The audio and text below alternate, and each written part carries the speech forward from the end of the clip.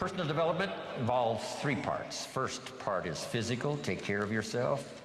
My mama studied and practiced health and nutrition when I was a boy growing up, paid off. Extended my mother's life at least 20 years, according to the doctor. Mama was a fanatic. Mama was a health nut.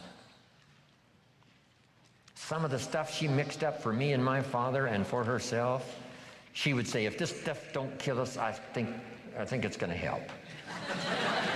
And we would gag this stuff down. Mama read, Mama searched, Mama tried. Back when, vitamins and all that stuff was fairly new when I was a kid growing up, Mama did all that research. My father lived to be 93, never had a major illness. Mama extended her life 20 years. My father never did retire. When he died, his paycheck was waiting for him. Thanks to my mother. And I've been in splendid, excellent, good health all my life. If there's one thing to be a fanatic about, it's your health. Take care of yourself. The Bible describes it this way. Treat your body like a temple. That's a good word. Treat your body like a temple, not a woodshed. A temple, something you'd take extremely good care of. Here's one of the reasons why. The body and the mind work together. The body is a physical support system so that the mind can dream the dreams and the heart can believe that it's possible and then go to work and make it happen. And for that, you need a good physical support system to manage all of that. One old prophet said, sometimes, the spirit is willing, but the body is weak. See, don't fall into that. You wake up in the morning and the mind says, let's go get them. The body says, I can't even get out of bed. See, one of these days you've got to say, body, this is the last time you tell me you can't get out of bed. I'll throw you on the floor and make you do push-ups until you're out of breath. I'll make you read every book that's ever been written on good health. I'll choke vitamins down you until your face turns blue. This is the last time you say you're not going to vigorously support me to make my dreams come true. You just got to take action now on this stuff here of the physical support system you need to pull off your dreams and your promise and your future. Make this note. Some people don't do well just because they don't feel well. It's not that they haven't got the skills. It's not that they don't have all the rest. They don't have the vitality, the vigor, the vitality. Okay. I travel all around the world. If you saw my travel schedule, work schedule, you would say impossible. I'm probably the only one who can do it. Thanks to Mama and my own study and practice of health and nutrition. Now here's the next one. First is physical, second is spiritual. And whatever you believe about spiritual, I happen to believe humans are a unique creation. Spiritual is part of it. But jot this down now. If you are a believer, jot down these three words: study, practice, and teach your belief in spirituality. Don't leave your spiritual conclusions unresearched, unstudied, and don't leave it unpracticed. And whatever you do, don't leave it untaught. Study, practice, and teach. If we all do that, starting with our family, we'll build the families necessary to build a strong nation to compete among the nations of the world in these years of the 21st century. Now here's the next one. The physical, the spiritual, now the mental. Your mind, exercises of the mind. Build your library, I say in one of my other seminars. The books that can see you through. The books that can give you the ideas necessary to build a good career, to build a strong enterprise, relationships, good health, and all the rest. The book you don't read won't help. Now here's part of the exercise of the mind. A good debate, right? We're engaged now in the great political debate with the election coming up in just a few months. This is what we call healthy. We don't believe in the one-party system. Communism said one party. Everybody do what we say. We say no, more than one party, so we can discuss ideas. Here's the way to make an idea powerful, is to discuss it and refine it so that it fits your situation. That's what I ask you to do when this seminar is finished. Debate all of these ideas. Discard some that don't make sense. Give considerations to some that do make sense. Put some on the shelf for later consideration, and then put some of them into action that makes sense. Jot this down. Make sure what you do is the product of your own conclusion. Do that thoughtful study. One book on health and nutrition says, do this, you'll live forever. The second book says, if you do what that first book says, you'll die young. So what should you do? Which book should you follow? And this is one of the important answers of the weekend. Neither one. Read both books and make up your own mind. You engage in the debate. What makes sense? What seems to be or not to be? Because as close as we can get to the truth is to say, it seems like. That's as close as all of us can get. We can't say it is. None of us can do that. We can say it seems like. Opposites are in conflict and we're in the middle. Our experience proves, and the storyteller says it started early. That's what it seems like. God is interested in high drama. That's about the best we can conclude. We can't actually state the truth, except what it seems like. But engage in a thoughtful study and vigorous debate. Sometimes you can debate with others, right? Share ideas. What did Jim Rohn mean by this? Well, I'm not sure that's important to our life. Someone else says, no, I think it is. Engage in this debate. Then here's the big one, the debate in your own mind. What's good, what isn't good. Finally, you must come to your own conclusions. Read the best you can, study the best you can, take the best notes you can, and then do this.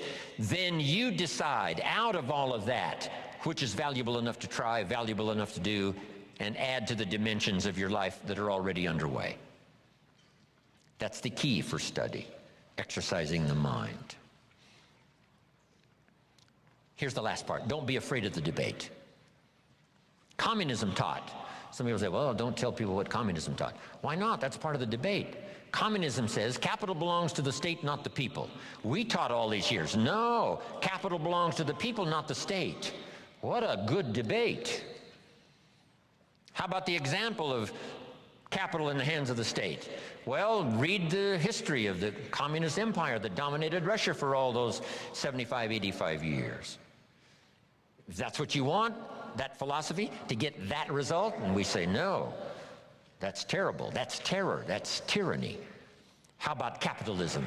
Makes a country like America flourish, gives an opportunity where everybody wants to come and try it. Engage in the great debate, whether it's your health or relationships or your future. Don't be afraid of the debate. The Bible serves as a good book, giving you stories on both sides of the ledger. Here's the story of someone to admire. Here's the story of someone to despise. You need both stories to help you with this debate. Okay. Now here's what's next. Develop these 5 abilities in your personal development quest. To be the best you can be, produce all you can, far more than you need for yourself and for your family. If that's your philosophy and if that's what you want to do, something extraordinary, it's possible to live an extraordinary life. Here's the challenge, and it's going to be working here this weekend. Number 1, develop the ability to absorb, the ability to get everything. I don't know what all you've planned here, but you know, be in every class you possibly can. Just stay as long as you can. We're going to take enough breaks, I think, to make it easy for everybody. We all recognize the mind can only absorb what the seat can endure. I want you to know we are mindful of that. But the key is not to be careless in the gathering of knowledge, not to be casual in the ideas that could double your health, triple your income, accelerate your career, secure your fortune, amplify your harvest. So don't be careless in the gathering of ideas. Absorb every one you possibly can. Here's the next ability. Develop the ability to respond. Let life touch you. Let the stories touch you. Let the drama touch you. 12 months ago, I was in India. I lectured in 4 major cities in India. That was like my 4th visit to India. Once again, I was touched by the drama of such extremes of poverty and wealth. If I was given the assignment, Mr. Rohn, see what you can do with India, I would say, what could I do? What could I do? Where would you start? Let the drama of that affect you. Make you more sober in your reflections about life. And then say a prayer that what you couldn't do by yourself, maybe a collection of people can do. Maybe the future will find some answers. A prayer would help. Let life touch you, but don't let it kill you. Let sad things make you sad. Let happy things make you happy. Don't shrug off always the, those times of bitterness that come and sadness that comes, and your heart is struck like a bullet, hits it. I'm not saying give in to it. I'm saying let it affect you, because that's part of the drama. The old prophet said what? There's a time to laugh and there's a time to cry. And then it said, be so sophisticated that you learn to laugh with those that laugh and also learn to cry with those that cry. Allow yourself to be touched, moved by the drama. Be touched by good ideas. Be touched by opportunity. Be touched by someone's unique little sentence that might cause you to open your eyes to see things you never saw before. Here's the next ability. Develop the ability to reflect.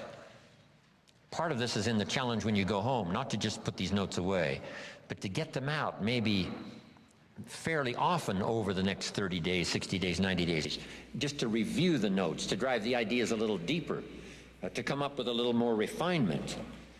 And if you go back over these notes, I promise you, there is something you will discover that you just didn't have the time to discover while you were taking the notes. Because in taking the notes, you're working as hard as I am.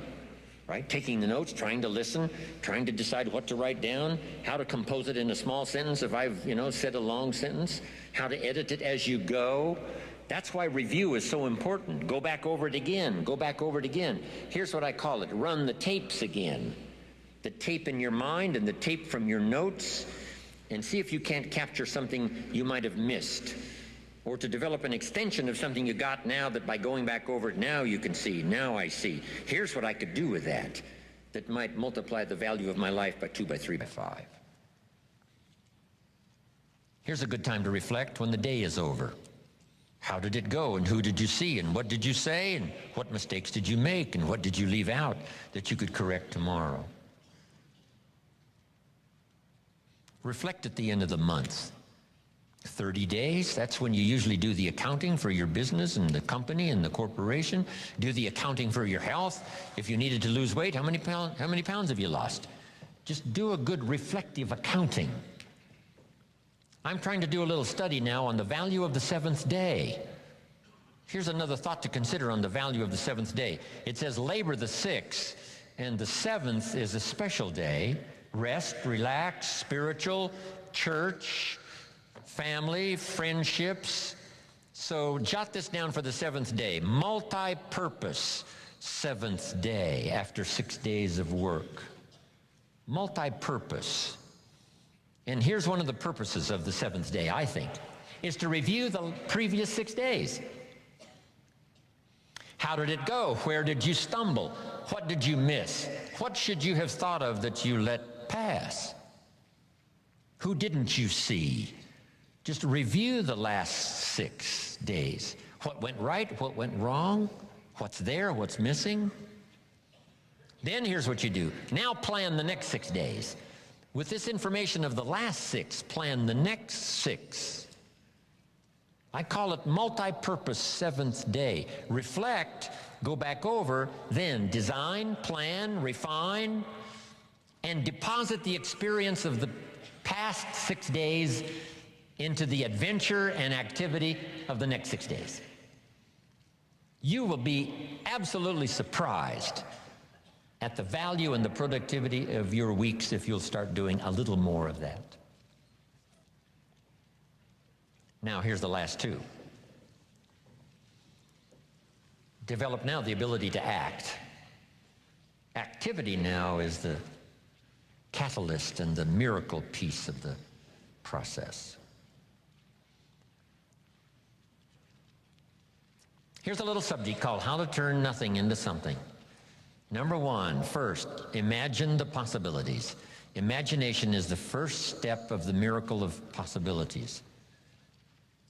Reality first starts with imagination. Now, it's hard to call imagination nothing, but it's not something in terms of a podium. It's not tangible. So it's hard to say how to turn nothing into something, because nothing is, there isn't anything that's nothing. Everything is something, even if it's the imagination, it's something. Einstein once said, there's nothing faster than the speed of light. And Bill Bailey, one of my mentors, current mentors and longtime friend, said, maybe here's something faster than the speed of light, and that's thought.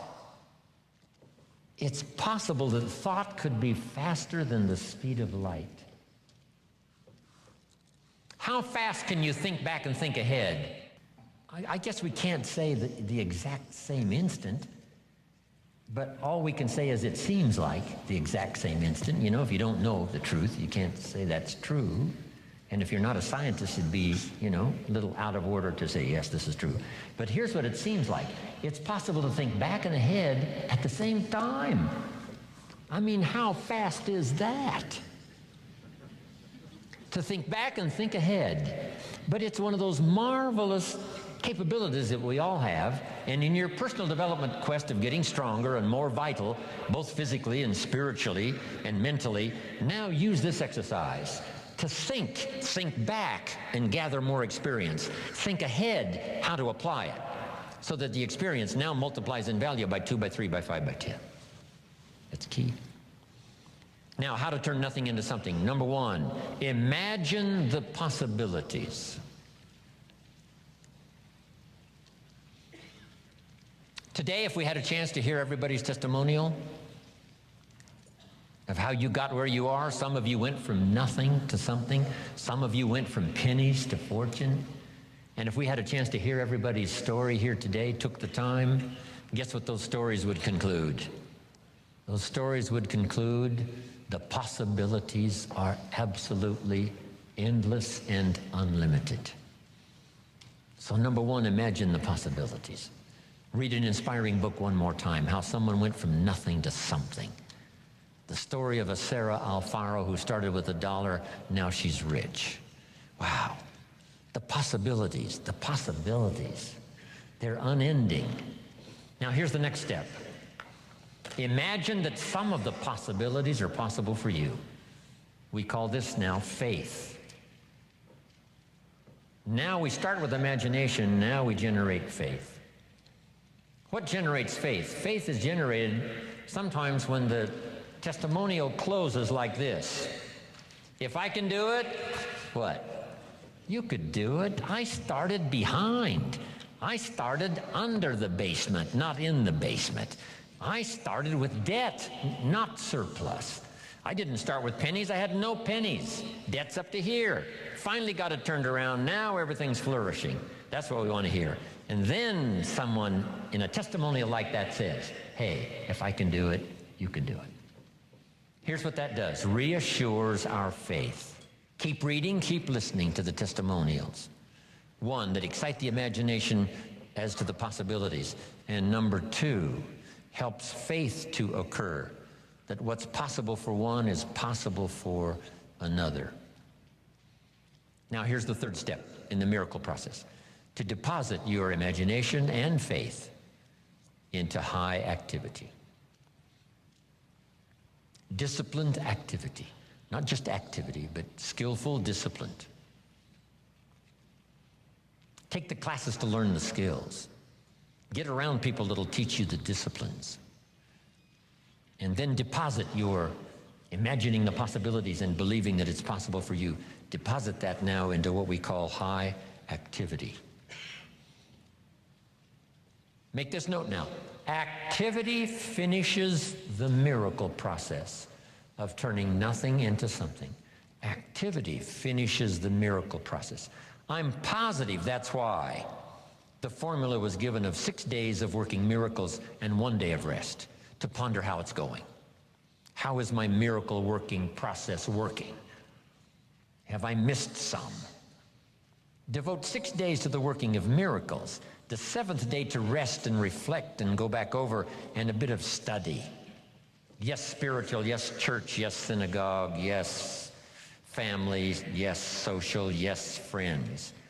But see if you can't now come up with a plan to increase your activity or refine your activity, sharpen it so that it produces major results. Here's the next one. Take joy in the work. I couldn't wait to get here today to share my story one more time. I'm already pondering the testimonials that may come out of a class like this next year, a year from now, 5 years from now, if I happen to meet some of you and you say, on that summer weekend in Anaheim, I finally got it. The lights went on for me. Something you said and something someone else said finally made sense. And I hooked it together, and here's what's happened. That's going to be extraordinary. Right? That's why we're here, to do this work. I was excited this morning about being here. Couldn't wait to hear what I've got to say. A lady asked me one time, she said, Mr. Rohn, over the last few years, I've been to your seminars now several times. Every time I see you, you're all excited. Things seem to be going great for you. How do you stay so excited all the time? And I said, I think it's because I attend all these seminars.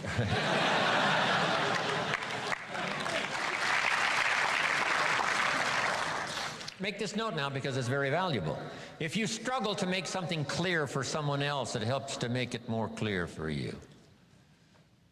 If one person listens and one person speaks, there is the opportunity for transformation for both. The listener to be enlightened, to see something he never saw before, but the speaker to be better educated on how to present it by struggling with the language. Words are clumsy sometimes when you try to express what's going on in your head, let alone your heart and spirit. But the more you struggle to make it clear, the clearer it gets for you, so that both the listener could be transformed by what he hears, and the speaker could be transformed by the exercise of speaking, trying to make it clear. We're going to talk later about communication. It's almost a godlike quality, communicating, inspiring other people with your language. Here's the last one. Are you ready? Say, I'm ready. Ready. For the last one, develop the ability to share. Not just your money and your resources. One of the biggest things to share, of course, is your time, because you're limited on time. You can't get any more time. Big decision for me to make, to come spend this weekend with you instead of with my children and my grandchildren. Right? I'm already wealthy. I don't need the money. So why would I come? Because my children and my grandchildren know this is part of our collective experience. They enjoy the testimonials that come later as much as I do, the letters I get and the phone calls, and the response that people say, hey, your grandfather came and made an extraordinary contribution. See my children and my grandchildren thrive on that story.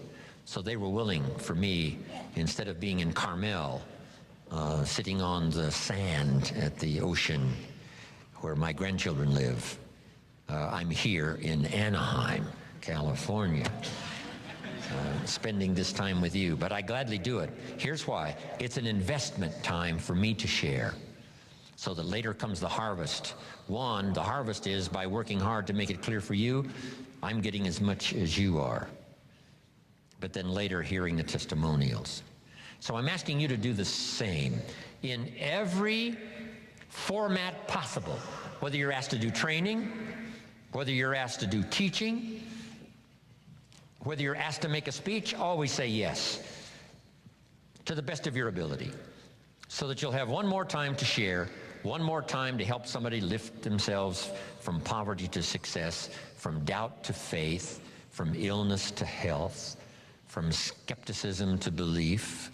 One more chance, person to person, or class to class, or a little Sunday morning class, or a little home meeting, or a personal conversation at Denny's coffee shop. Tell somebody something good, something valuable. The payoff for you is in the attempt and the learning experience. And then the payoff later is to get someone's testimonial that's got your name included. Hello there, and welcome back. Okay, I know this module contained a lot of information, but hopefully you took some great notes and utilized your workbook and followed along with Jim, because there's an abundance of ideas for you to consider. Ideally, those ideas will inspire you to become the person you need to be in order to attract the level of success that you want. And if you watched my introduction at the very beginning of this course, you did watch it, right? Okay, great. Then you should remember that this is the key philosophy that forever changed my life. Recall that I once believed success came from doing more, not from becoming more. Once I understood that success was something that you attract by the person you become, I was able to stop making a living and start designing a life. So, what about you? Did Jim provide you with any keys that could transform your life from ordinary to extraordinary? Are there any abilities that you need to develop or conflicts that you need to resolve? If you are toughing out a harsh winter and are not truly satisfied with the direction your life is headed, what changes do you need to make? And for those of you who are experiencing the warmth of summer, are you prepared to do the work necessary to reap an abundant harvest down the road? And know that your work has only just begun. You're halfway through this 10-part series, but this is no time to slow down. Over the next several weeks, you'll receive Jim's best advice about the power of effective communication, how to create wealth and achieve financial independence, and a topic that I am personally extremely passionate about, time management. I hope you're ready for an exciting race to the finish line, and I'll see you next week.